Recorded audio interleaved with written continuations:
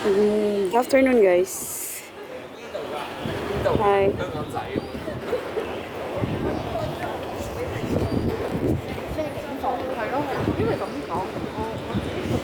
Ito na po yung road na binibidyo ko kagabi. Ito po siya. Yan po yun. Sa tanghali. So, wala akong magawa ngayong araw na to, na oras na to. Kaya naisip ko, mag-walking ako. You see? Maganda siya, pero di ba po, mas maganda siya sa gabi. Dito po yung tawa kami ng tao habang nire-record yung video na yun. Para ipang-vlog. So far, nakikita nyo mainit. Maraming sasakyan. At actually, yan po. Yung way. Pataas. Yan. Kita nyo? Diyan po yun. Yan. So, yan siya pag ganitong oras. And nandito naman po yung pababa talaga. Yung sabi ko, dahan-dahan silang maglakad. Si as in pababa po yun. So, ito po yung park. Maybe I try to go there today for a while. So, ngayon, maglakad po ako paakyat. Kasi nakakapagod na pong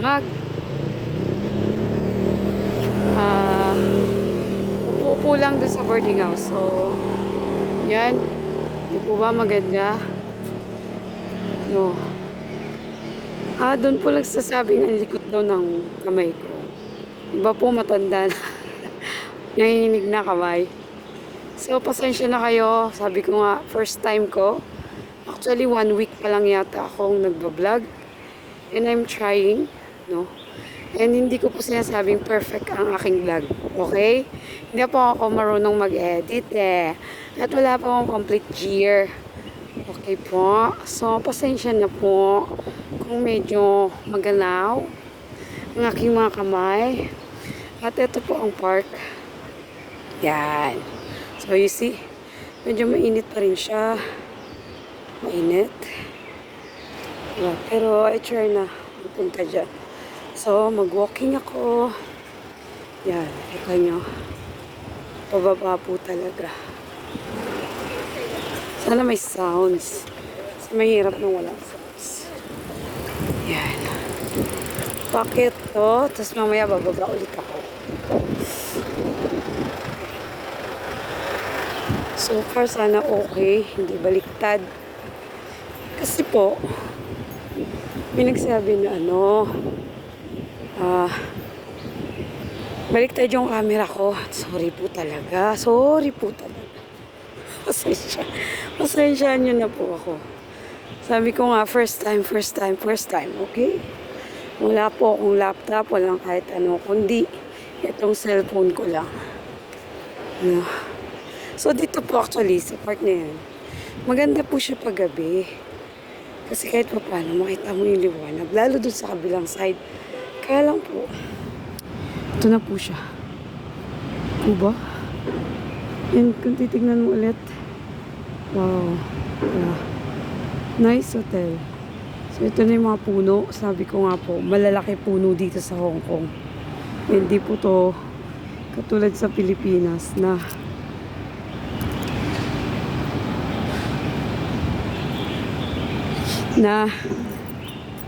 nakakatakot. So, ayan po. Walking around. So, sorry po sa kamay ko. Yan. Ikot ko lang po sa akin. Hello, guys. Yan. Ganda ng car, no? Yan. So, i-try ko hanggang saan ako makarating. Mag-walking nito. And, bababa ulit ako mamaya na. So, yan. May motor. May single na motor.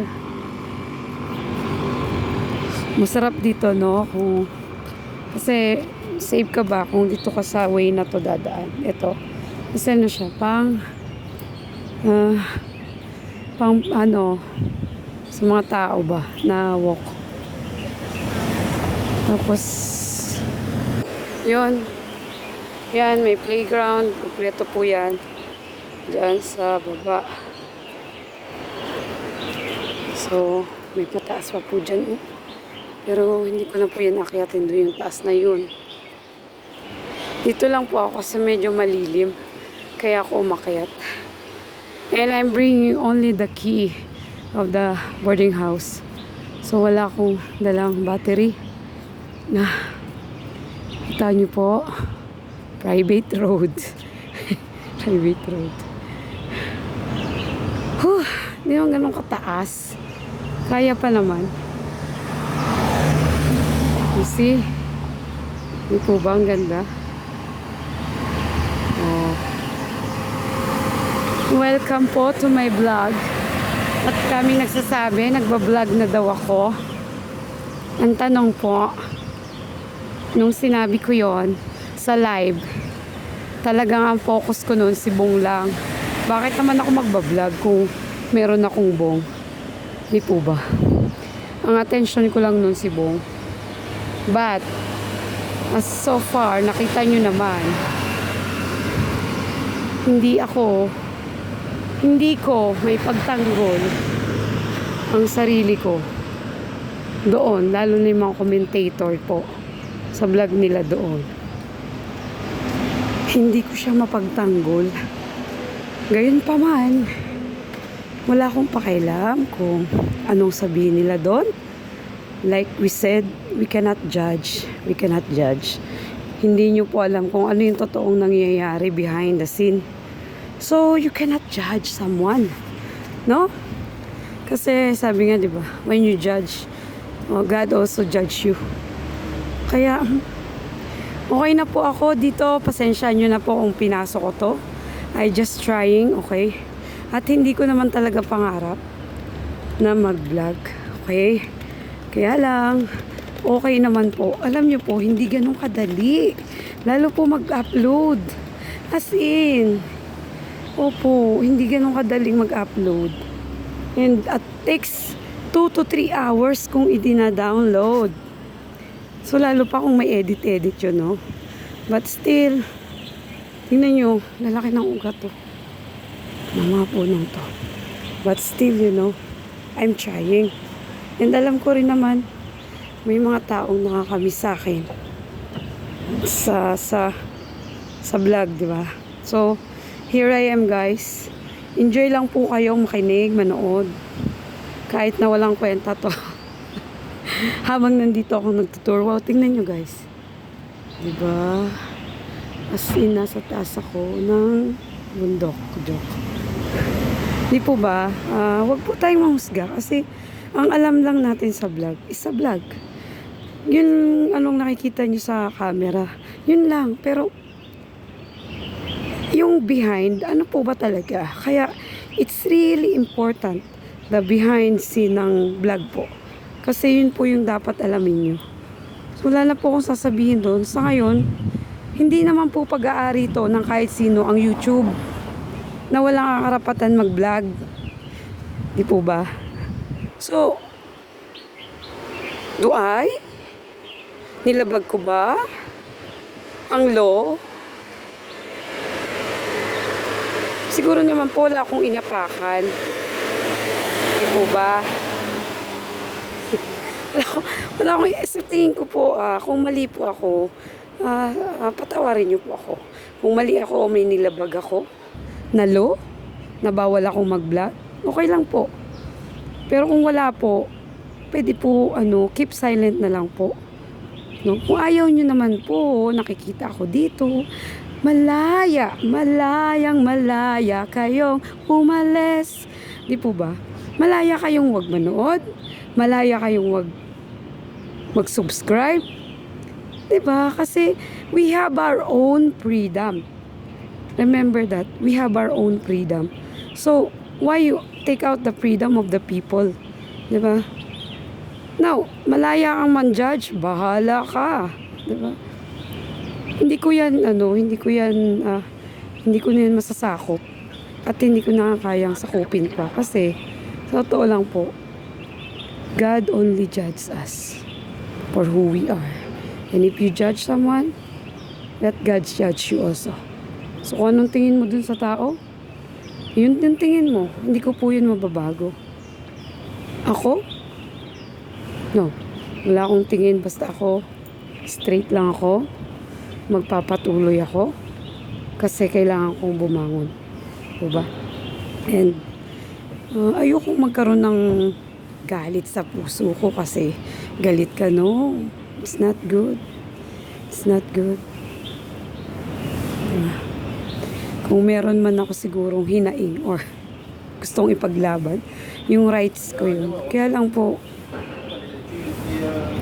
minsan naisip ko, wag mo na lang ipaglaban yung rights mo or yung truth. Wag mo nang ipaglaban yung truth. Kasi only God knows what is the truth. People judge you, yes, but the truth, God knows. Yeah. Siya lang nakakalam ng lahat. And alam ni Lord yung puso ko. Alam ni Lord, wala akong inapakan na kahit sino. Okay? Nag-vlog ako just to enjoy myself or just to see what is going on. Kung malaman ni Bong na matutunan niya na mag-cellphone talaga, I pray na hanapin niya ako. Kasi I'm always willing. I'm always waiting for him. No? Hindi sapat yung napanood lang. Gusto ko mismo talaga siyang makita na pupunta siya sa bahay at papaliwanag niya bakit. Yun lang po talaga.